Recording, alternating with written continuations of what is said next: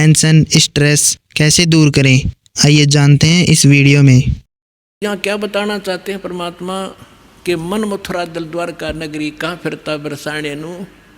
इस मन से और दिल साफ करके भक्ति कर सच्चे परमात्मा की सच्ची साधना कर कहाँ बरसाने में भटक रहा है। फिर क्या बताते हैं कि जब फरमान धनी का आवे को राखे घर जाने नू, जा सतगुरु का शरणा लीजे जो मेटे जम तलवाने नू। मैं तो दे दी है बाल याने नू, मैं तो दे दी है बाल याने। अब क्या बताया है गरीबदास साहिब जी ने कि जिस समय आपके प्रारब्ध में आपके किस्मतानुसार जब आपकी मृत्यु आ गई और यम के दूत आपको लेने आएंगे तो कोई नहीं रोक सकता उसको।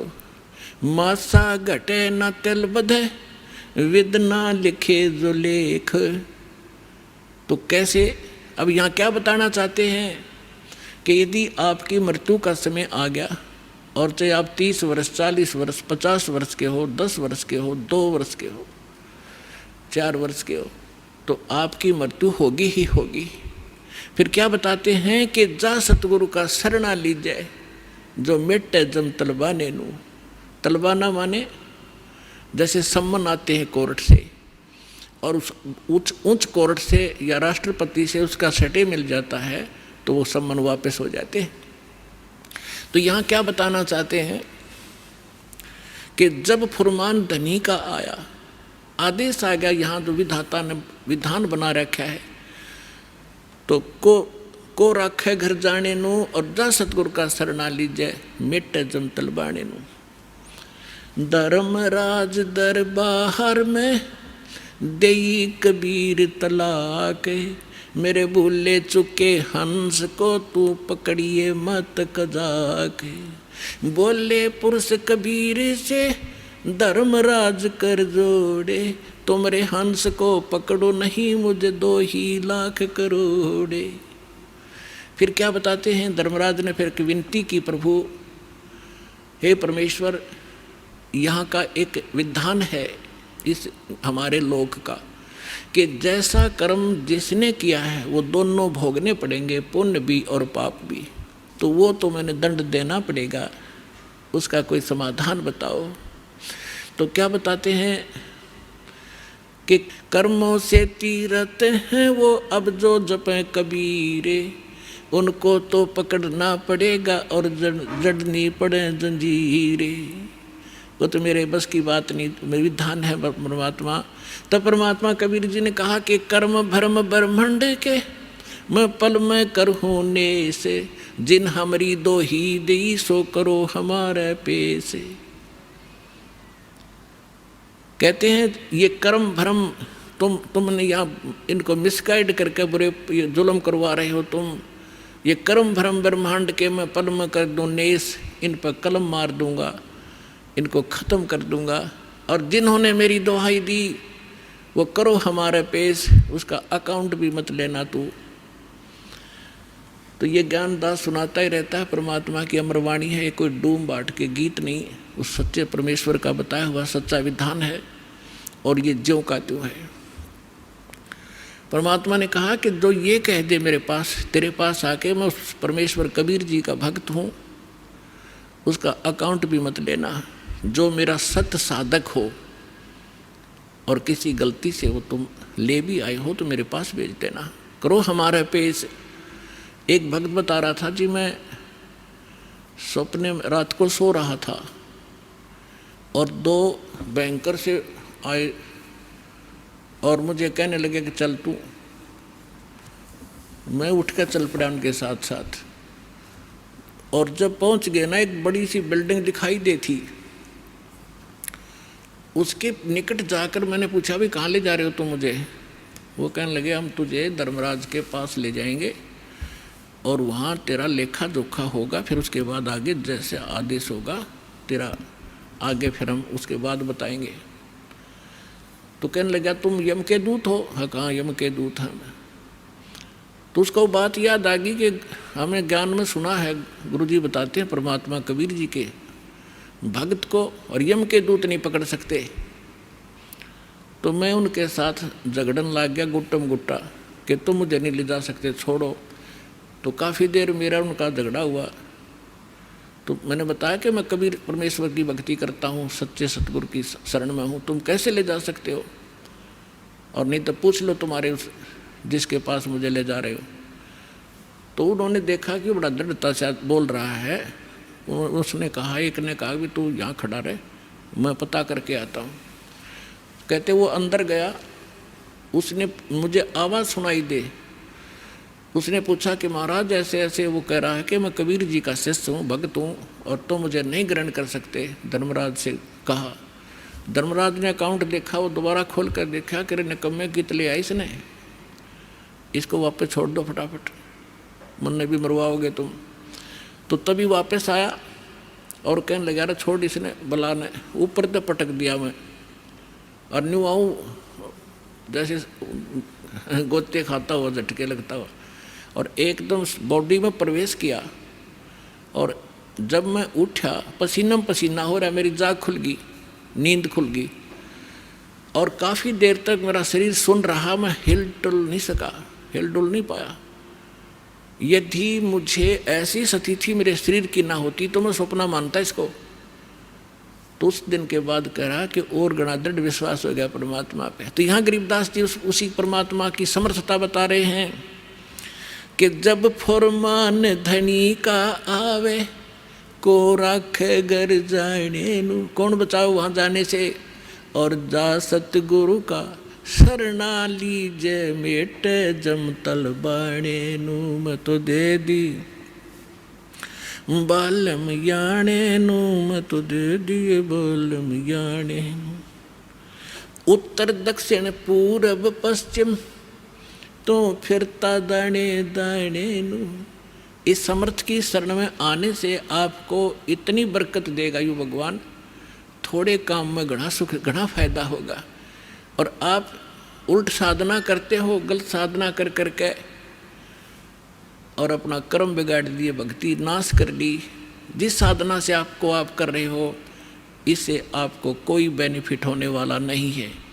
यहाँ क्या बताते हैं, उत्तर दक्षिण पूरब पश्चिम फिरदा दाने दाने नू, सर्व कला सतगुरु साहेब की, हरि आए हरि आने नू। तुम तो कहते हो कि भगवान हमने मिलता नहीं, और भगवान हरियाणे में आए और मुझे मिले, सतलोक लेकर गए, फिर वहाँ पे छोड़ा। और पुण्यात्माओं, आगे फिर गरीबदास जी क्या बताते हैं, मत दे दी है बाल में बैरे नू, मैं तो दे दी है बाल में बैरे नू, मैं तो दे दी बैरे नू, मत दे दिए बाल में बैरे नू।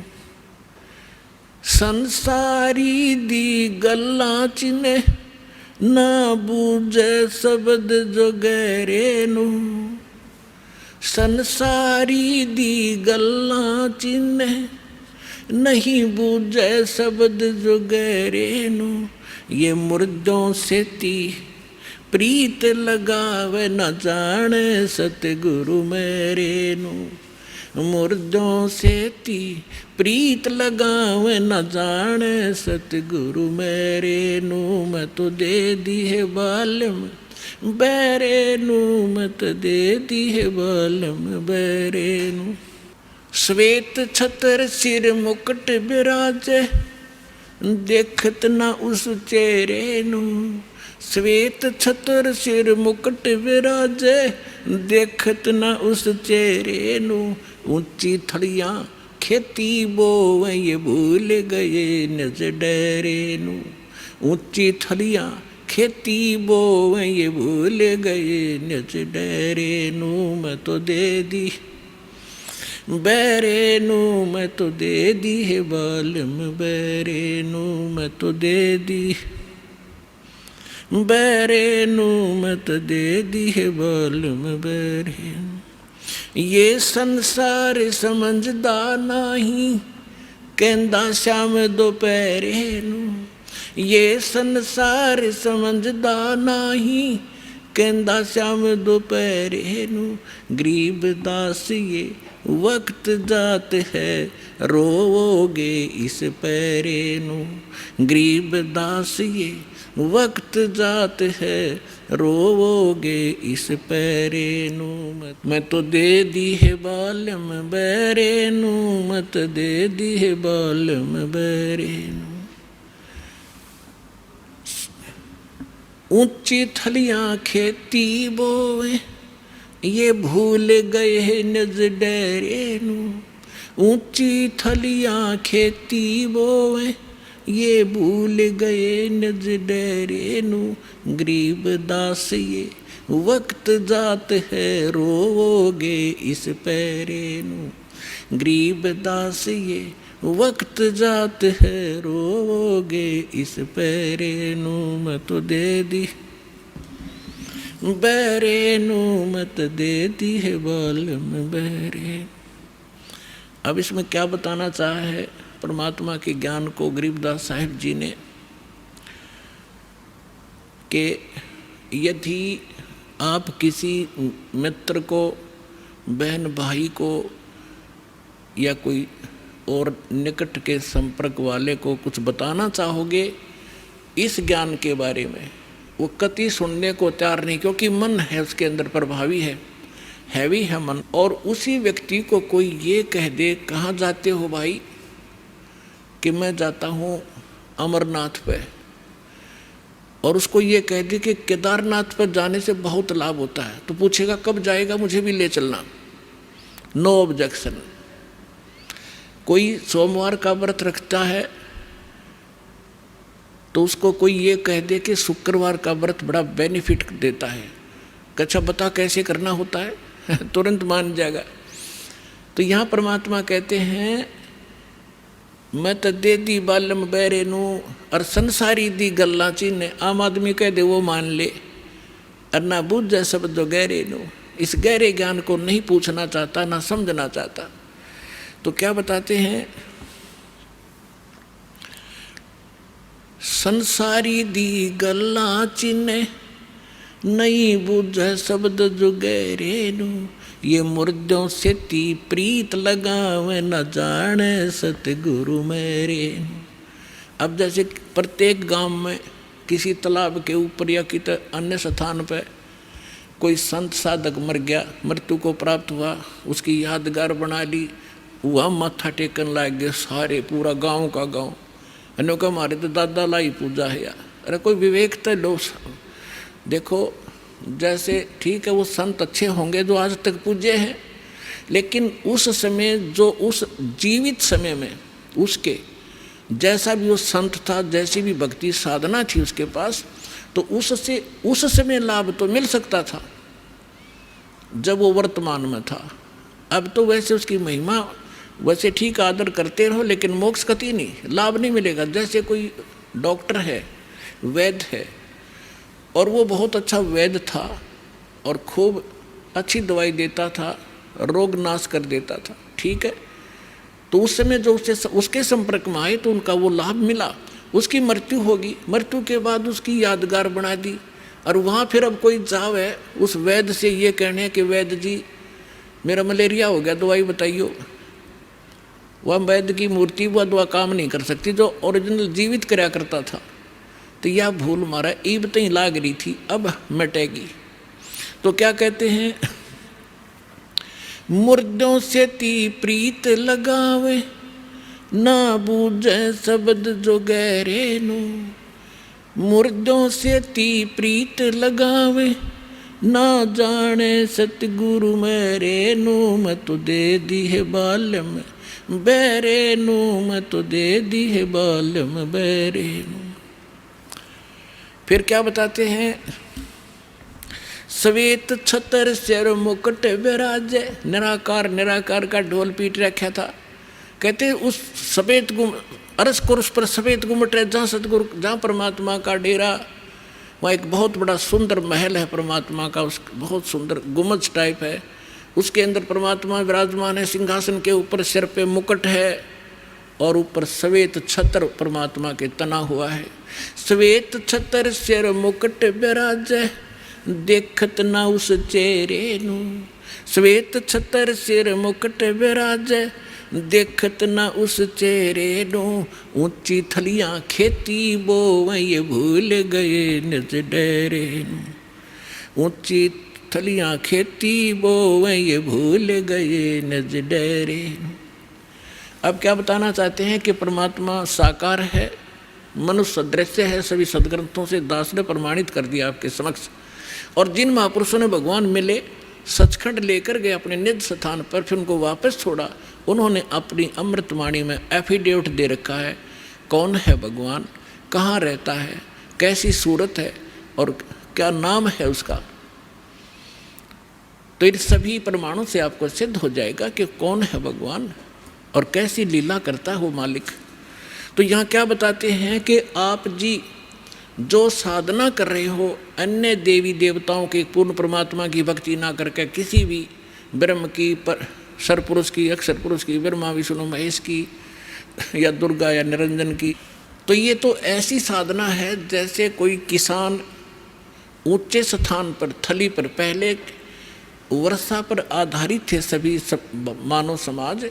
और उस समय गरीबदास जी ने भी किसान थे, गरीबदास जी जाट ग्रुप में जाट जाति से थे, और अपने वहाँ के साथी जो किसान थे उनको भी समझाना था। इसलिए बता रहे हैं कि जो मैं भक्ति बता रहा हूँ जिस भगवान की, उसकी साधना ना करके आप अन्य जो साधना कर रहे हो ऐसी है जैसे ऊंची थलियों पर, ऊंचे स्थानों पर बीज बो दिया, खेती कर ली, और जब थोड़ी बहुत वर्षा हुई तो वो उस थलियों का पानी एक समतल स्थल पर, डहर बोलते थे उसको, डहर, वहाँ आकर इकट्ठा हो जाता था। और उस स्थान को, डहर के अंदर पानी वर्षा भी और आसपास के ऊंचे क्षेत्र का उसी में आ जाता था। और उसमें जब बोई जाती थी फसल, जैसे ऊंची थलियों पर बोई हुई तो वो होती ही नहीं थी, और डहर में बीजा हुआ 1 एकड़ में मनमाने 50 मन कनक हो जाती थी, और ऊंची थलियों पर 2 मन की भी नहीं होती थी मुश्किल से। तो क्या बताते हैं गरीबदास साहिब जी, एक फॉर एग्जाम्पल बता रहे हैं कि तुम ऊंची थलियां खेती बो, भूल गए निज डेरे नू। इस परम पिता परमात्मा सतपुरुष कबीर साहिब की भक्ति ना करके आप अन्य देवी देवताओं की भक्ति करके ऐसी लाभ उठा रहे हो जैसे ऊंची थली पर खेती करने वाले किसान को कोई लाभ नहीं होता। और जो डहर में बीज बोता है, प्रयत्न दोनों एक जैसा ही करते हैं, तो उस डहर वाली यानी उपजाऊ ज़मीन में और समतल ज़मीन में घना लाभ होता है। तो ये समझाना चाहते हैं कि जो साधना हम बताते हैं वो तो डहर समझो। अब फिर बताते हैं,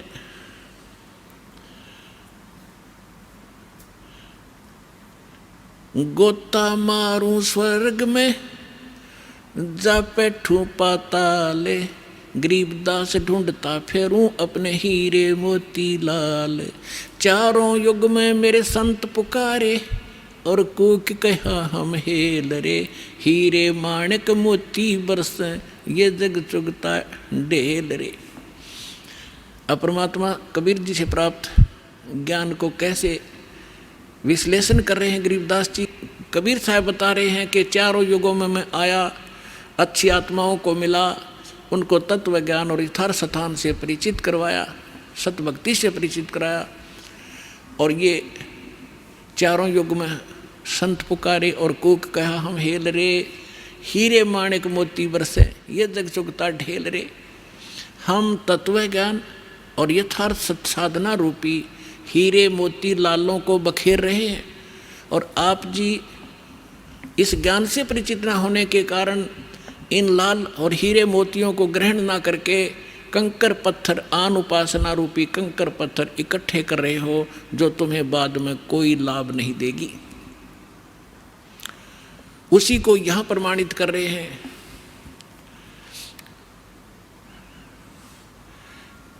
श्वेत छतर सिर मुकुट विराजे, देखत न उस चेहरे नू। ऊंची थरियां खेती बोवे ये भूल गए निज डेरे पर भी लेन जात है दुनिया हमरा ज्ञान किन्हें ना सुनिया। अब यहाँ एक प्रश्न आया इसके अंदर कि संसारी दी गल्ला चिन्ह ना बुझे सब जुगैरे नू। एक बहन आई, एक बहन ने हमारी दीक्षा ले ली थी। उस बहन की बहन जो है उसका पति शराब बहुत पीता था और जिस बहन ने यहाँ दीक्षा ली थी उसका भी ऐसी स्थिति थी। उसके पति ने शराब छोड़ दी थी और नाम ले लिया और एक बिल्कुल स्वर्ग के तुल्य घर हो रहा था। तो उसकी बहन का वहाँ आना हो गया, जो दीक्षा किसी और से ले रखी थी, किसी दूसरे पंथ से, और साथ में दूसरी साधना भी करती थी अपनी जो परंपरागत प्रचलित। उसका पति शराब पीता था, बहुत पीटता था, कभी गली में भी खड़ी कर देता रात में शराब के नशे में। अब मैं बाहर खड़ी रहती हूँ, कुंडी लगा के भीतर पड़ कर सो जाता, सवेरे उतरे शराब जब खुल कुंडी ने, इतनी दुखी हूँ मैं। तो उस बहन ने कहा कि आप मेरे गुरुजी के पास चलो, वहाँ नाम ले लो और तेरा पति भी शराब छोड़ देगा। तो वह बहन अपनी बहन के साथ हमारे पास आ गई करोथा आश्रम में। जब थोड़ी सी संगत थी, हम ऐसे बाहर बैठे सारा बैठे रहते थे, सारे 10, 20, 50, 100 भक्त आते थे दिन में मुश्किल से 10, 20। तो मैंने पूछा बहन कहाँ से आई? तो उसने बता दिया मेरी सिस्टर है और इसका पति बहुत शराब पीता है और रोज़ पीता है, इसने बुरा हाल कर रखा है इसका, और नौकरी करता है, एक चवन्नी घर पर नहीं छोड़ता, सारी पी जाता है, बच्चे भी भूखे रहते हैं कई बार। तो मैंने कहा बहन फिर दीक्षा लेनी पड़ेगी आपने। भगवान फिर धीरे धीरे सद्बुद्धि देता है, परिवार के अंदर भगवान प्रवेश हो जाता है और ये पितृभूत भी प्रवेश करके वहाँ उत्पात मचाते रहते हैं, फिर वो भाग जाते हैं, सद्बुद्धि आती है। तो मैंने पूछा आप क्या साधना करते हो? उसने बताया जी मैं ऐसे ऐसे धन धन सतगुरु अड़ा का नाम ले लिया, गुरु जी का ले रही हूँ 4-5 वर्ष से। तो हमने कहा बहन देखो चलो ठीक है, वहाँ जो तुमने नाम लिया, लेकिन अब यहाँ भक्ति, यहाँ नाम लोगे तो सब पिछली पूजा छोड़नी पड़ेंगी, ना बीड़ी पीनी, ना शराब, ना पीने के लिए सहयोग देना किसी को, और ना कोई व्रत रखना। मैं कहने लगा बहन बीड़ी क्यों पीती है तू? न बोली जी बीड़ी मैं पहले ना पिया करती, नाम लेने के बाद पीने लग गई। मैं कहा कमाल की बात है, दीक्षा लेने पीछे पाछे छोड़ा करें कि बुराई ग्रहण थोड़ी करते हैं। तो उसने क्या बताया जी, जिस सत्संग में हमारे गांव में होता था सत्संग, हम वहाँ जाती थी तो वो सभी को बीड़ी वितरित करती थी प्रसाद के रूप में, एक प्लेट में डाल के, और साथ में एक माचिस और सींक रख देती थी, और न्यू क्या करती पीले पीले प्रसाद है होता है। मैं ना पिया करती पहले, पर उन्हें शिकायत दी, पीने लगी, यह बीमारी और ला ली मैंने, तो इसको तो मैं छोड़ दूंगी। फिर उसने बताया कि मैं व्रत रखती हूँ। मैं कौन सा व्रत रखती है? कि शुक्रवार का। मैं बोला बेबे बहन ये सभी जो व्रत त्यागने पड़ेंगे जो भक्ति करना चाहती है। ने बोले जी व्रत ना छोड़ूँ मैं। उसकी बहन कहने लगी जब तक तू कह रही थी मैं सारी बात मान लूँगी, अब तो व्रत पड़ेगी। मैंने उससे पूछा बहन इस शुक्रवार का व्रत क्यों रखती है तू, किस लिए? तो वो कहने लगी कि मैंने कथा, क्या क्रिया होती है इसमें, क्या लाभ है इससे? वह कथा सुनाती है कि एक का पति विदेश चला गया था कोई काम धंधे के लिए, ऐसी कथा है। संतोषी माता के व्रत, शुक्रवार के व्रत से क्या लाभ है वो बताने लगी। और फिर उसकी काफ़ी वर्ष हो गए थे, उसके पति ने दूर चला गया, उसका भूल पड़ गई, घर नहीं आया।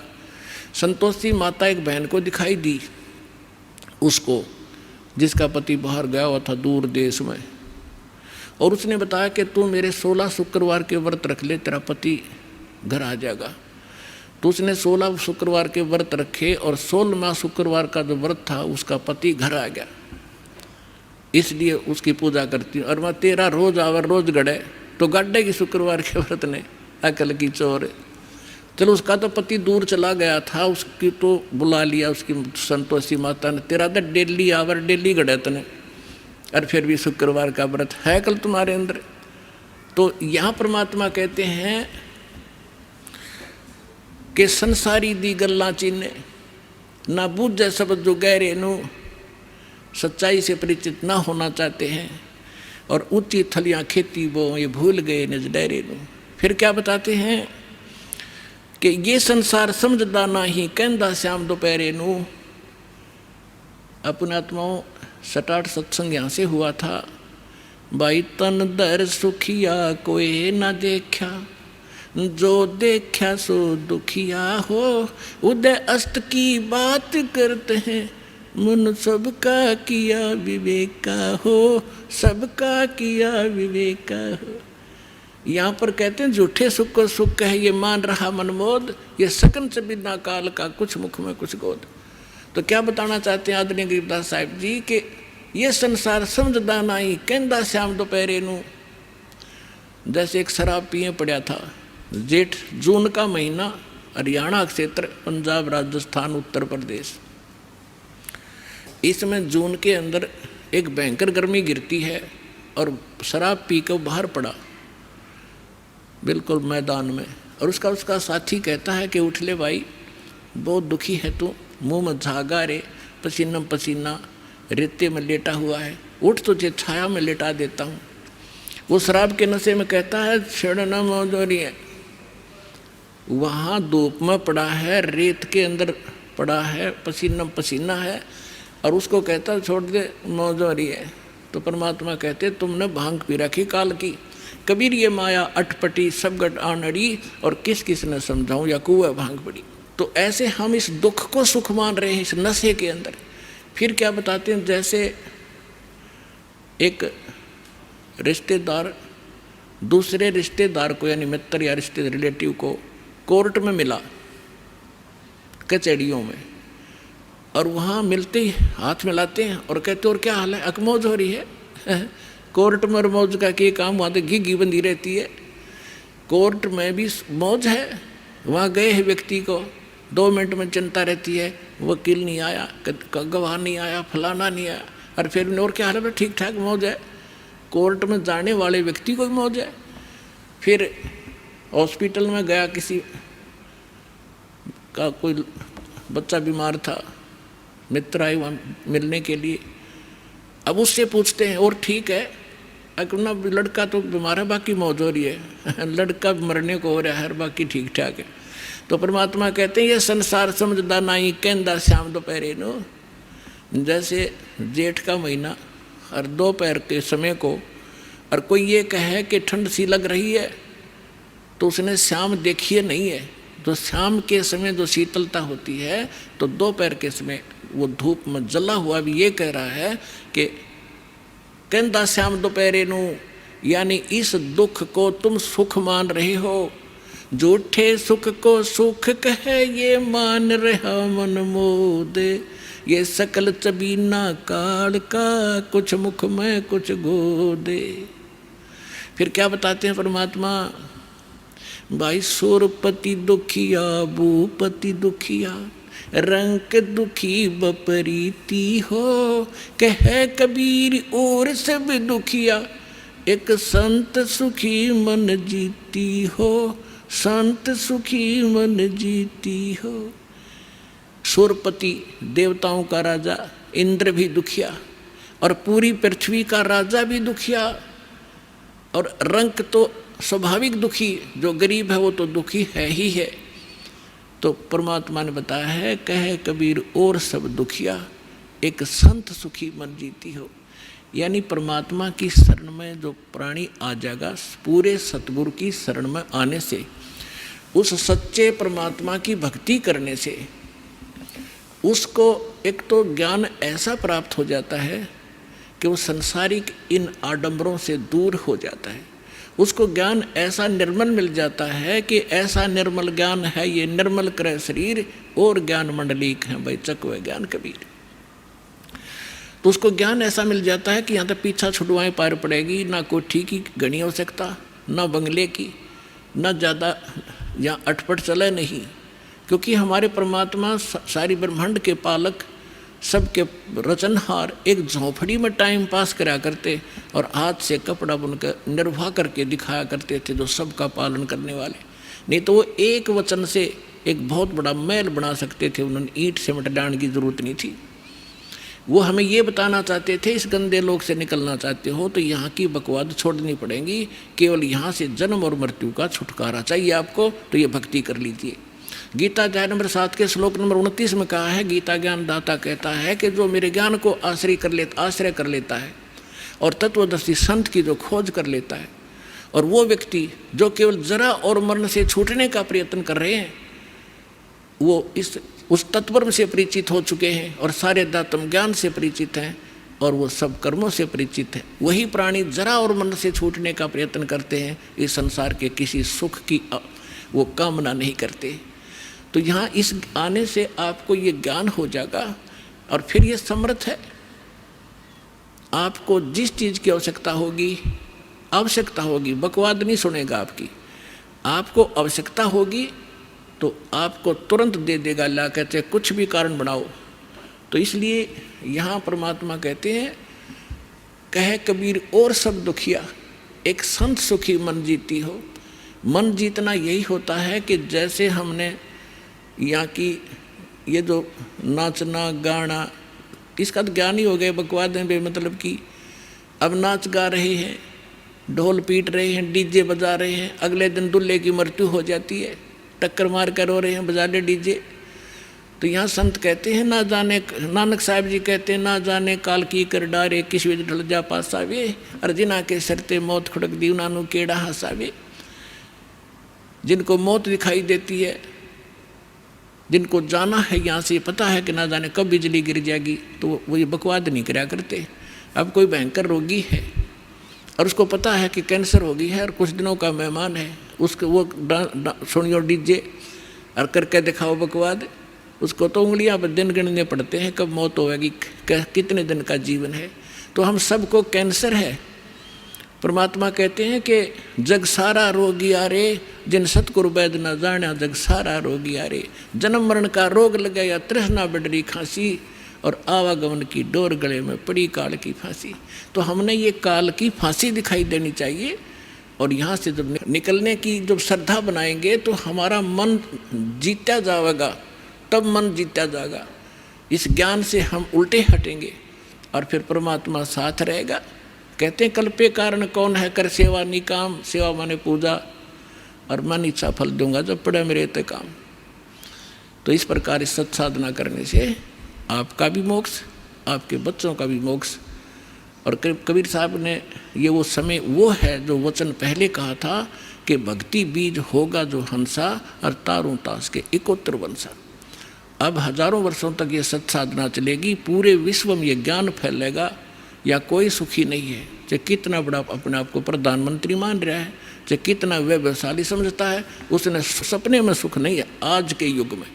तो इस ज्ञान से, इस भक्ति से आपकी आवश्यकता भी पूरी होगी और मन भाग जाएगा, आत्मा दृढ़ होगी, आपका मोक्ष होगा, सतलोक चले जाओगे, सदा सुखी हो जाओगे और रहना मर्यादा के अंदर।